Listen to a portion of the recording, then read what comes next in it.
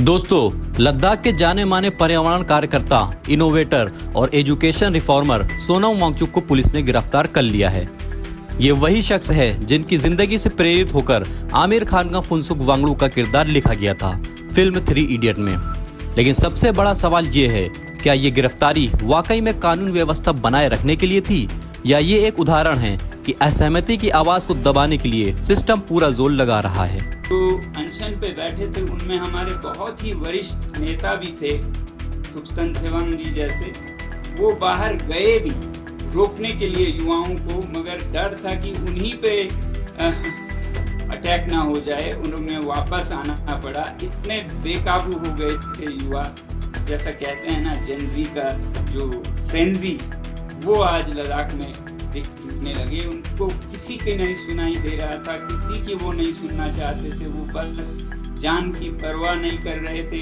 गोलियां चल रहे थे, वो गोलियों के बीच अपना तोड़ फोड़ किए जा रहे थे।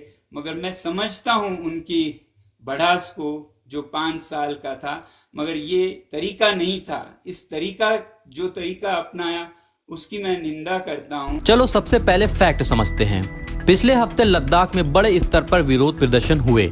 मांग थी लद्दाख को 6th शेड्यूल का दर्जा दिया जाए ताकि वहां के ट्राइबल्स और लोकल कल्चर को प्रोटेक्ट किया जा सके। लेकिन ये प्रोटेस्ट अचानक हिंसक हो गए। खबरों के मुताबिक 4 लोगों की मौत हुई, कई गाड़ियां जला दी गई। सरकार का आरोप है इन प्रदर्शनकारियों को भड़काने में सोनम वांगचुक का हाथ है। इसी वजह से पुलिस ने उन्हें अरेस्ट कर लिया। इतना ही नहीं, उनके एनजीओ सेकमोल का FCRA लाइसेंस भी रद्द कर दिया गया, यानी अब वो किसी भी विदेशी सोर्स से डोनेशन नहीं ले सकते हैं। लेकिन सोनम वांगचुक का कहना है कि उन्होंने हमेशा शांति की अपील की है। उन्होंने NDTV को दिए इंटरव्यू में साफ कहा, मुझे बलि का बकरा बनाया जा रहा है, हिंसा में मेरा हाथ नहीं है। उनका ये भी कहना है कि अगर उन्हें जेल में रखा गया तो हालात और बिगड़ सकते हैं। जब गृह मंत्रालय से वरिष्ठ अधिकारी आएंगे, वो बातचीत करेंगे, उससे हमें दिखेगा कि सरकार हमारी सुन रही है कि या वो अभी भी अनसुनी कर रहे हैं। तो इससे तो अगर ऐसा है तो रोष और बढ़ेगा, और भी ऐसा बदकिस्मती से हो सकता है। मगर हम चाहेंगे कि जो हमने 5 साल से आजमाया वो कामयाब हो। मेरा सबसे बड़ा शिकायत सरकार से है कि हम इतने सालों से शांति आजमा रहे थे, उन्होंने शांति को फेल करके अशांतिपूर्ण तरीकों को एक तरह से हवा दी, क्योंकि ये युवा कभी नहीं आते अगर हमारा अनशन सफल होता। यहाँ एक जरूरी बात समझनी होगी, लद्दाख में ये मुद्दा नया नहीं है। 2019 में जब आर्टिकल 370 हटा और जम्मू कश्मीर का स्पेशल स्टेटस खत्म हुआ, तब लद्दाख के लोग खुश थे कि उन्हें यूटी का दर्जा मिल गया। लेकिन धीरे धीरे उन्हें लगा कि अब दिल्ली से डायरेक्ट कंट्रोल बढ़ गया है और उनकी लोकल पहचान खतरे में है। इसीलिए वो बार बार 6th शेड्यूल की डिमांड कर रहे हैं, जो ट्राइबल एरियाज को लोकल गवर्नेंस और जमीन के हक में ज्यादा ताकत देता है।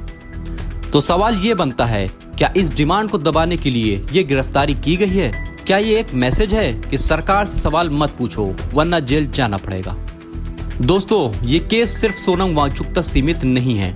हमने पिछले कुछ सालों में कई ऐसे केस देखे हैं जहां एक्टिविटीज, जर्नलिस्ट या स्टूडेंट्स लीडर्स को गिरफ्तार किया गया, जैसे कि Bhima Koregaon case, CAA NRC protest case और कई पत्रकारों के खिलाफ UAPA लगाना। कई मामलों में कोर्ट ने बाद में उन्हें निर्दोष साबित किया, लेकिन तब तक वो महीनों जेल में रहे। तो क्या ये एक पैटर्न बन चुका है? पहले नैरेटिव बनाया जाता है, फिर गिरफ्तारी होती है और फिर मीडिया पर वही एक पक्षी कहानी चलाई जाती है। और यही यहाँ भी हो रहा है। मीडिया का बड़ा हिस्सा कह रहा है वांगचुक ने लोगों को भड़काया, लेकिन क्या हमें कोई पब्लिक सबूत दिखाया गया है? कोई वीडियो क्लिप, कोई स्पीच, कोई डॉक्यूमेंट प्रूफ? जब तक ये सब ट्रांसपेरेंट नहीं होता, तब तक ये सब एक प्रोपेगेंडा ऑपरेशन जैसा लगता है। दोस्तों, ये सिर्फ सोनम वांगचुक का केस नहीं है, ये हमारे पूरे लोकतंत्र का टेस्ट है। क्योंकि लोकतंत्र से वोट डालने तक सीमित नहीं है। लोकतंत्र का असली मतलब है हर नागरिक को ये हक हो कि वो सरकार से सवाल पूछ सके, नीतियों पर चर्चा कर सके और अगर कुछ गलत लगे तो उसका विरोध भी कर सके, वो भी बिना डरे, बिना किसी डरावनी सजा के।